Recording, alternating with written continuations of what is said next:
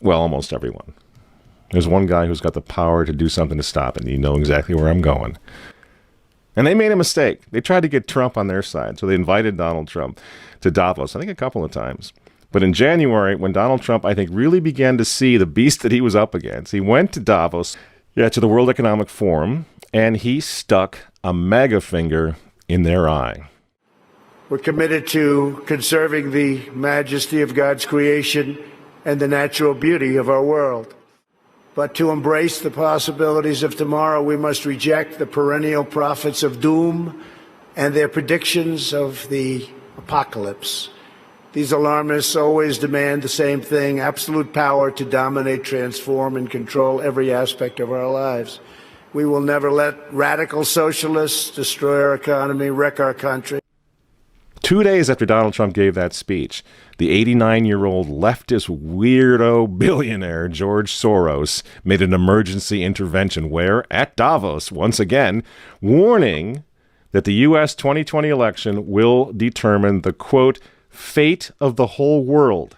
Now, in the context of Davos, take a look at this one more time. This is a month after Donald Trump addressed Davos and stuck the MAGA finger in their face. Here's what Francis, the Vatican, and Jeffrey Sachs had to say in response. And it is a dangerous country right now. It will be absolutely dangerous if Trump wins re-election. Trump wins re-election. Trump wins re-election.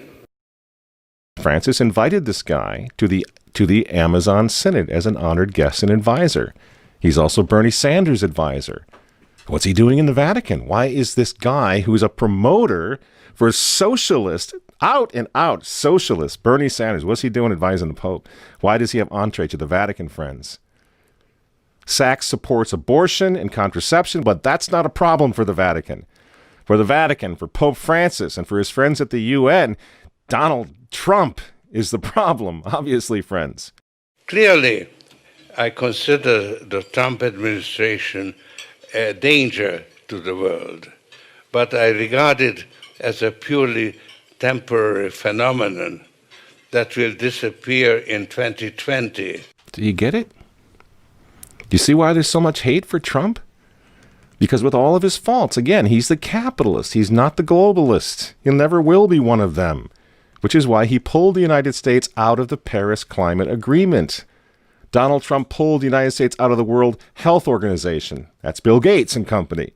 And now he's threatening to pull the United States out of the World Trade Organization. People say, yeah, well, Donald Trump got married twice. He's a bad guy. Really? He's right in the face of the demons on this, friends. Nobody ever said he was a saint. He's knocking the sacred cows of the United Nations down all over the world right now. The General Assembly routinely votes 185 against the United States on almost everything right now. And you remember, speaking of the United Nations, in November of 2019, again, right before COVID landed, Trump went to the UN on the floor of the General Assembly, and he declared war on globalism. Wise leaders always put the good of their own people and their own country first. The future does not belong to globalists. The future belongs to patriots. And shortly after the speech at the UN, Donald Trump delivered, what do you think happened? The coronavirus was unleashed on the world, and Trump's booming U.S. economy went on life support. Do you think that was an accident?